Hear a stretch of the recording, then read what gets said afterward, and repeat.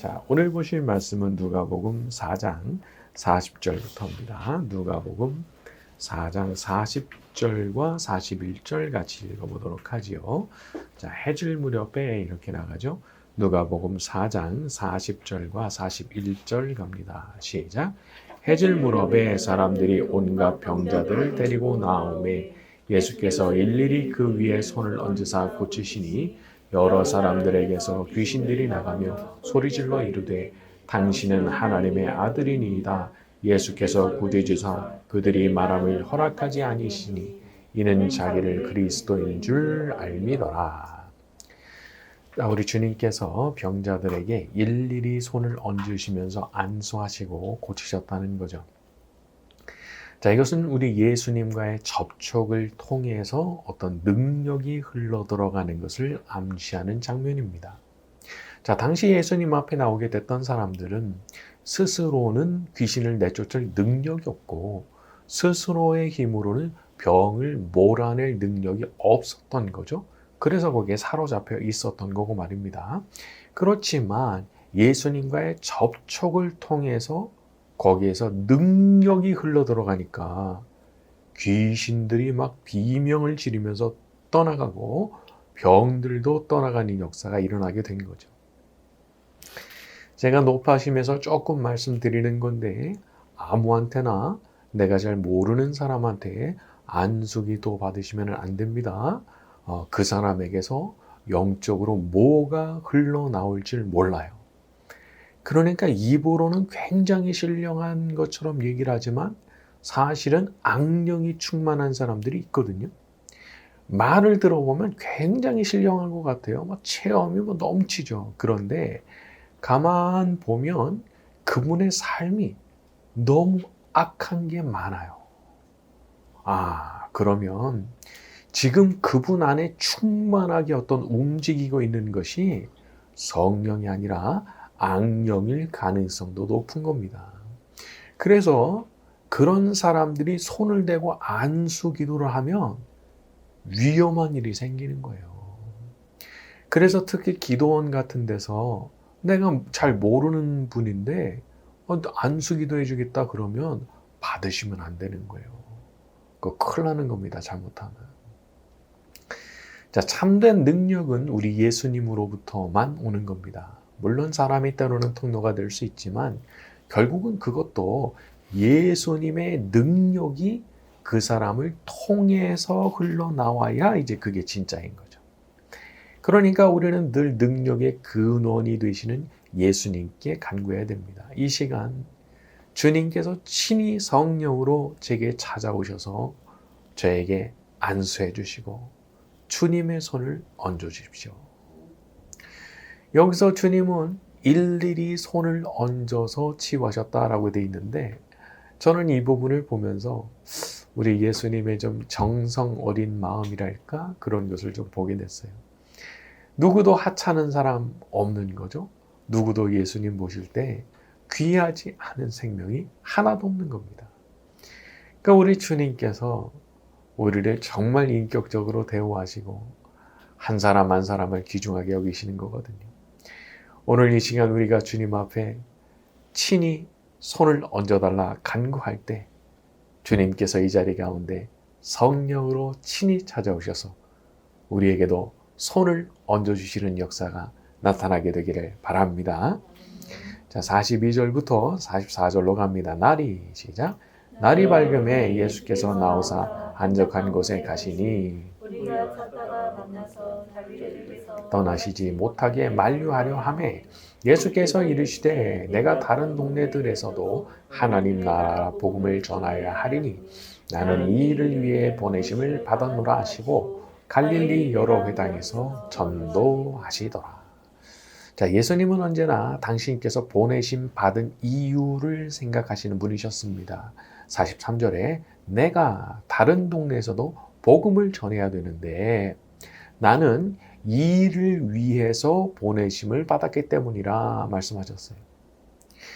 사람이 하나님께서 나에게 어떤 일을 시키고 계시는가라고 하는 것을 모르면 방황을 합니다. 그리고 목표가 없기 때문에 어떤 생각을 자꾸 하게 되느냐면 어떻게 하면 나를 즐겁게 할까? 늘 그 생각을 해요. 왜냐하면 목표가 없거든요. 그래서 우리가 어떤 숙제를 하나씩 가지게 되는 겁니다. 하나님, 제가 지금 이 땅에서 해야 되는 일이 무엇입니까? 제게 알려주시면 제가 거기에 순종하겠습니다. 사람에게는요, 하나님께서 일반적으로 시키시는 일과 특별히 시키시는 일이 있습니다. 자, 일반적인 일이라 하는 것은 성경을 통해서 말씀하시는 모든 내용들이 다 일반적인 일이죠. 그래서 하나님을 전심으로 사랑하고 이웃을 자기 몸처럼 돌아보고 또 용서하고 또 베풀고 나눠주고 누굴 만나든지 복을 빌어주면서 살아라. 그게 일반적인 하나님께서 시키시는 일입니다. 자, 그런데 또 특별한 일이 있어요. 나한테만 맡기신 게 있죠. 예를 들어서 이제 사도행전에 아나니아라는 제자가 특별히 명을 받아가지고 눈이 멀어 있던 사울에게 보내심을 받죠. 그래서 안수해서 눈을 뜨게 해주고 예수님이 전하라고 하신 메시지를 전해줍니다. 요거 딱 아나니아 한 사람한테만 맡기신 거예요. 아나니아한테만. 또 에디오피아의 내시가 길을 가고 있을 때 전도자 빌립도 보냄을 받아서 복음을 전하잖아요. 이것도 하나님께서 빌립 딱 한 사람을 지명하신 거예요. 에디오피아 내시한테 복음 전해야 될 사람 빌립인 거예요. 다른 사람이 전해야 되는 게 아니에요. 빌립이 전해야 되는 거예요. 이런 게 바로 하나님께서 아주 특별히 시키시는 일이라고 볼 수 있는 겁니다. 자, 이렇게 우리가 특별한 일을 좀 하면서 살아가려고 그러면은요, 먼저 반드시 한 가지 돼야 되는 게 있는데, 그게 뭐냐 하면, 항상 기도의 삶을 사는 겁니다. 기도의 삶. 그러니까 문제가 있어가지고 문제만 놓고 기도하는 그런 수준이 아니라 하루라도 내가 기도를 하지 않으면 마음이 시원하지 않고 하루라도 내 하나님과 기도 가운데 만나지 않으면 마음이 편치 않을 정도로 그렇게 아주 익숙한 기도의 삶이 이루어져야만 이제 그게 어떤 면에서는 터가 닦인 거란 말이죠. 이런 분들에게 있어서 기도의 시간이라고 하는 것은 최고의 안식을 취하는 시간입니다. 그러니까 기도 시간이 제일 편안하고 좋아요. 그 시간이 꼭 엄마 품에 아기가 안겨 있는 것 같은 그런 시간인 거예요. 기도에 익숙하게 되고 기도의 삶이 정착되게 되면 그러는 거예요. 그래서 그렇게 기도 시간을 달게 여기고 좋아해야 됩니다. 그러면 그런 기도의 삶이 지속되면 그 시간을 통해서 하나님께서 특별한 일을 맡기시는 경우가 많죠. 그래서 어떤 영감을 주시고 감동을 주시는 거예요. 아, 이렇게 해야 되겠구나. 내가 지금 어떤 분을 어떻게 섬겨드려야 되겠구나. 혹은 내가 어떤 사업을 준비를 해야 되겠구나. 이런 식의 영감을 기도하는 그 사람에게 가르쳐 주시는 거예요. 특별한 일을 시키시는 거예요. 그리스도인의 삶은 자기가 살고 싶은 대로 사는 삶이 아닙니다. 주님의 뜻을 받들어 사는 삶. 그것이 아주 정상적인 그리스도인의 삶이죠. 주님의 뜻을 받드는 삶 안에 기쁨이 있고 보람이 있고 행복이 있습니다.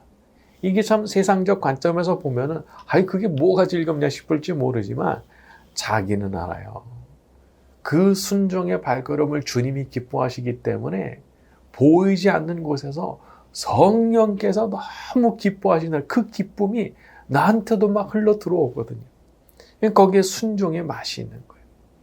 항상 이렇게 하나님의 뜻을 받드는 삶 가운데서 늘 기쁨의 은혜를 누리며 살아가는 저와 여러분이 되기를 바랍니다.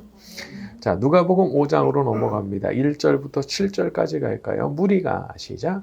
무리가 몰려가서 하나님의 말씀을 들을새 예수는 게네사렛 호숫가에 서서 배 두 척이 있는 것을 보시니 어부들은 배에서 나와서 그물을 씻는지라. 예수께서 한 배에 오르시니 그 배는 시몬의 배라. 육지에서 조금 떼기를 정하시고 앉으사 배에서 물을 가르치시더니 말씀을 가르치시고 시몬에게 이르시되 깊은 데로 가서 그물을 내려 고기를 잡으라. 시몬이 대답하여 이르되 선생님 우리들이 밤이 새도록 수고하였으되 잡은 것이 없지만은 말씀에 의지하여 내가 그물을 내리리다 하고 그렇게 하니 고기를 잡은 것이 심히 많아 그물이 찢어지는지라. 이에 다른 배에 있는 동무들에게 손짓하여 와서 도와달라 하니 그들이 와서 두 배의 체험에 잠기게. 네. 자, 이 부분을 보면 사람이 성공하고 말고 하는 것이 자기의 경험이나 식견에 의해 좌우되는 것이 아니라는 것을 우리가 알 수 있습니다. 자, 평생 업으로 살아왔다고 하는 것은 적어도 그 분야에서는 프로다 그런 뜻입니다. 그걸로 평생 밥벌이를 할 수 있는 레벨에 올라간 사람이다 그런 뜻이에요. 자, 그런데 그런 프로도 허탕을 칠 때가 있는 거죠. 자기의 모든 경험, 모든 지식을 다 동원해도 안 되는 걸 경험할 때가 있는 겁니다. 자, 그런데 예수님께서 오셔서 말씀하시는 거죠. 깊은 데로 가서 그물 내려라. 어쩌면 베드로는 이 순간 멈칫했을 수도 있을 것 같아요. 왜냐하면 동의가 잘 안 돼가지고 뭐 이미 밤새는 동안에 뭐 깊은 데도 가보고 얕은 데도 가보고 뭐 다 가봤을 수도 있고 또 그리고 그 말씀 듣는 순간 그거 거기 아닌데? 라는 생각이 그냥 뭐 속에서부터 반사적으로 튀어나올 수도 있잖아요. 자, 그런데 중요한 건 이 부분입니다. 5절에 잡은 것이 없지만은 말씀에 의지하여 그물을 내리리다. 여러분, 순종은 내 판단을 의지하는 게 아닙니다. 내 경험, 내 식견, 나의 지식을 의지하는 게 아닙니다. 말씀을 의지하는 거예요. 말씀을. 내게 뭐라고 말씀하셨는가? 우리는 주님이 전지하신 분이라는 사실을 잊으면 안 됩니다. 나는 몰라도 주님은 아시거든요. 세상 사람들 중에 아무도 그거 아는 사람 없어도 주님은 아시거든요. 그래서 우리가 기도하고 또 순종하려고 하는 거죠. 자, 그런데 그럼 우리가 고민이 하나가 생깁니다. 그래, 나도 그렇게 순종을 하고 싶다. 그런데 뭐 무슨 말씀을 들려주셔야 순종을 하지. 나한테 들려주시는 말씀이 없는데 어떻게 순종을 하나 생각할 수 있잖아요. 여러분, 우리가 그래서 그 말씀, 나한테 들려주시는 그 말씀, 그 한 말씀을 듣고자 이렇게 저녁에 나와서 이 자리에서 기도하는 거예요. 그 말씀 듣고 싶어서 피곤한 저녁에 주님 앞에 나오는 정성을 보여드리면서 아주 엎치락 뒤치락 기도하는 거죠. 하여튼 뭐 예전에는 이렇게 정성을 얘기를 하면 꼭 무슨 기복신앙과 이렇게 연결된 것 같은 그렇게 생각하는 분위기가 있었는데 저는 시간이 지날수록 하나님 앞에 자기의 정성을 보인다고 하는 게 얼마나 중요한 일인가를 저는 되게 새삼 이렇게 깨닫는 바가 있어요. 정성 없이 안 돼요. 안 돼요. 편하게 안 돼요. 그러니까 조금 힘들어야 돼요. 그게 내가 하나님 앞에 정성을 표현하는 거예요. 저는 주님의 음성을 듣는 일이 아주 쉽다고 그렇게 이제 강의하시는 분들의 얘기를 그렇게 신뢰를 하지 않습니다. 물론 쉽게 들을 때도 있죠. 그건 저도 알고요. 근데 제가 보니까 그런 건 아주 특별한 시기에만 그렇더라고요. 특별한 시기. 인생에서 몇 날이 되질 않더라고요. 하지만 인생에는 그런 날만 있는 게 아니잖아요. 그럼 다른 날은 어찌해야 되냐 말이에요. 그때는 그렇게 쉽게 듣지만 나머지 시간은 어떻게 됐냐 말이에요. 그것은 수고를 하는 겁니다. 수고. 매일 수고하는 거예요. 볼링 칠 때 어쩌다 한번 스트라이크 빵 나는 거 있을 수 있죠. 어쩌다가 한 번이니까. 그렇지만 계속해서 스트라이크를 치려면 많은 시간을 들여서 훈련하고 연습하고 땀 흘리지 않으면 안 되는 겁니다. 마찬가지죠. 주님의 음성을 듣는 일을 그렇게 쉽게 할 수 있다고 생각하면 진짜 실수 많이 합니다. 저 자신이 너무 뼈아픈 경험이 많아요. 혼자 착각하는 거예요. 내가 하나님 말씀 들었다. 주님의 음성을 들었다. 아이고야, 많이 기도하셔야 되는 거예요. 많이.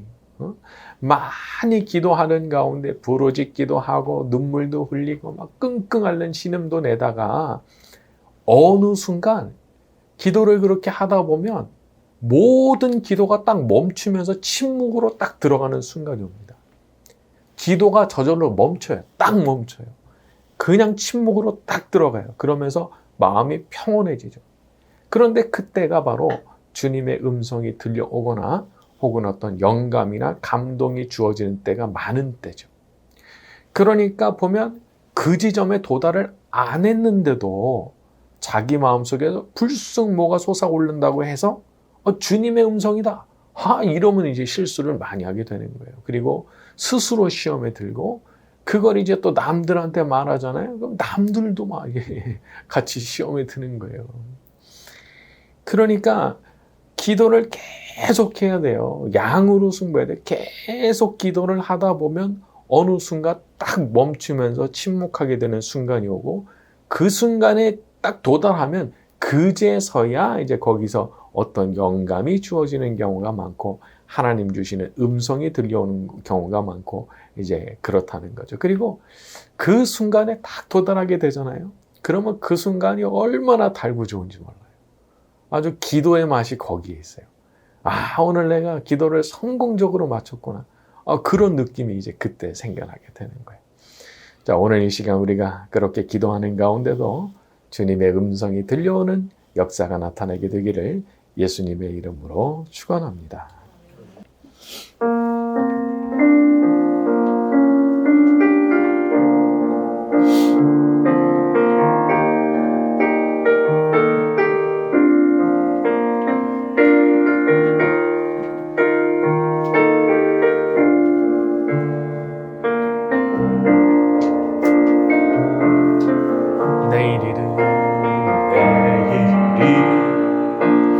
난 몰라요.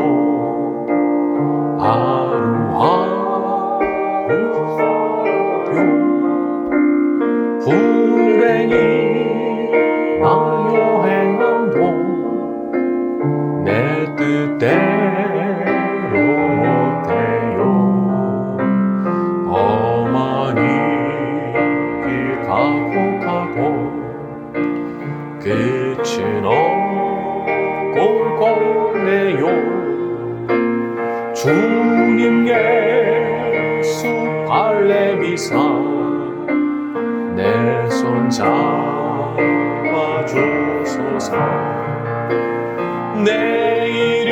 내일은 난 몰라요. 장래일도 몰라요. 아버지 날 붙드사 평탄한 길 주옵소서. 좁은 이 길 진리의 길 주님 가신 그의 길 힘이 들고 어려워도 찬송하며 갑니다. 성령이여 그 음성을 항상 들려주소서. 내 마음은 정했어요. 변치 말게 하소서. 내일은 난 몰라요. 장래일도 몰라요. 아버지여 주신 소명 이루소서. 만왕의 왕 예수께서 이 세상에 오셔서 만 백성을 구속하니 참 구주가 되셨네. 순교자의 본을 받아 나의 마음 등지키고 순교자의 신앙 따라 이 복음을 전하세. 불과 같은 성령이여 내 맘에 항상 계셔. 천국 가는 그날까지 주여 지켜 주옵소서. 우리 함께 기도해.